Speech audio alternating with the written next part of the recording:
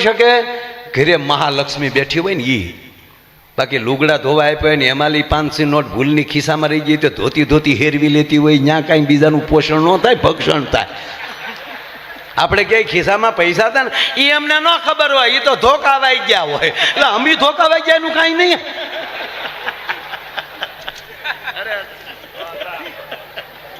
ભગવાન વિષ્ણુ સર્જન પોષણ કરે છે, એનું કારણ કે ઘરે મહાલક્ષ્મી બેઠી છે, 4 હાથવાળી બેઠી છે. જાઓ હવે આવી કથાઓ કરો, અમે બેઠ્યું છીએ. આ લક્ષ્મીઓ બેઠ્યું છે ઘરે.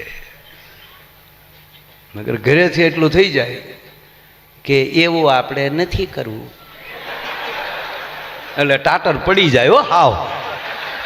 હા, કારણ કે આપણે હરખ પુદુડા તો હોય જ.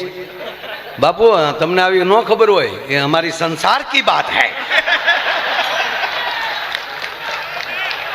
ખાલી ઘરના એવું કીધું હોય ને કે આ કલરના જબામાં તમે બહુ સારા લાગો છો તો વી હિવડાવી નાખ્યા હોય.